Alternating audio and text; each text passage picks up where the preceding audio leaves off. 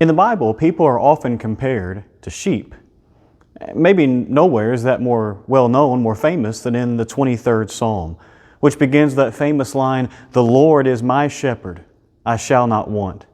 And that poem goes on to describe, of course, very famously, some of the things that God, the shepherd, does for His people. But it also reminds us that sheep need a lot of help. A sheep in Australia was recently found by some rescuers and needed workers to help with what really was a major problem. You see, the sheep was in the wild and no one could tell just how long that animal had been on its own. It seems the animal once had a tag, but the wool that grew over time while the animal was in the wild was so long and was so thick that it actually had pulled the tag out.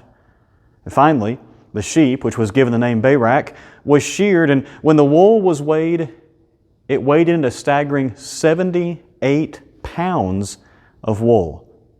It had grown so long and so thick that it even impaired the ability for the sheep to see. Now, I don't have any way of knowing what sheep feel or what sheep think, but I'd like to think that that animal felt better, could see more clearly, and is safer now that that problem has been taken care of.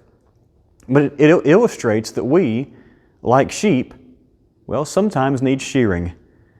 We all have things that impair our spiritual life, that cause us not to see as we should, the way that God would have us to see the world.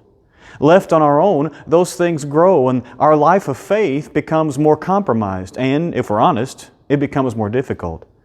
But when we come to Jesus in faith, He removes it all.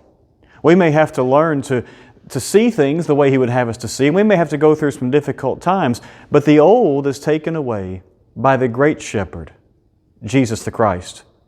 And so today and every day, let's keep our central focus on making sure that we never stray away from the shepherd, so that we are always safe in His arms.